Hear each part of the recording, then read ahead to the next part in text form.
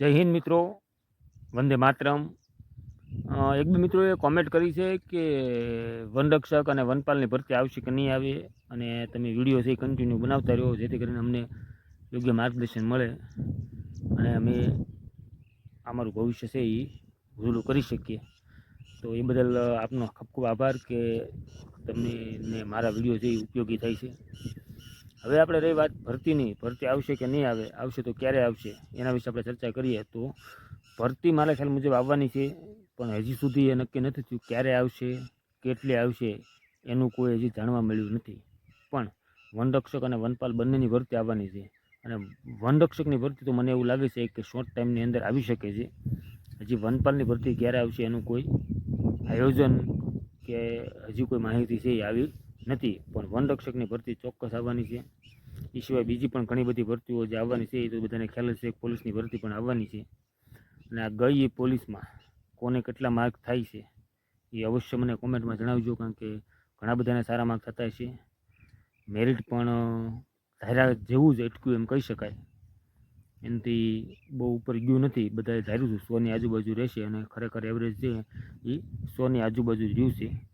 હમણાં document verification પણ થઈ જશે, અને લગભગ નવી જે ભરતી છે એ ડિસેમ્બરમાં આવવાની સંભાવના છે જાહેરાત. એટલે આ ભરતીના જે સિલેક્શન છે એ ઝડપથી થશે, અને જે પણ લોકો આમાં સિલેક્શન થયા છે વિદ્યાર્થી મિત્રો, એ બધાને ખૂબ ખૂબ અભિનંદન.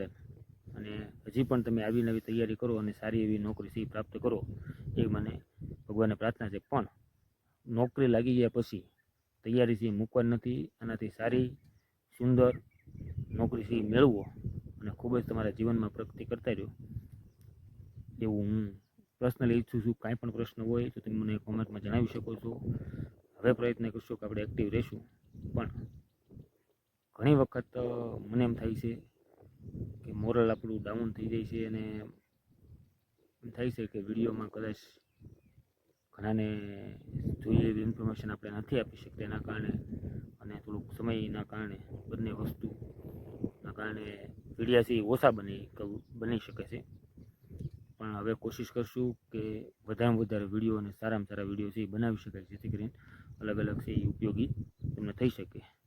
અને બને તે લગન અત્યારે પરીક્ષાની અંદર તમારે પોતાની રીતે મોટિવેટ થઈ અને તૈયારી કરતા રહેવું બહુ જરૂરી છે, કારણ કે અત્યારનું લેવલ ઘણું બધું અલગ અલગ લેવલનું પૂછાવા મળ્યું છે. ઘણું લેવલ હું એમ કહીશ કે ઉપર જતું રહ્યું છે.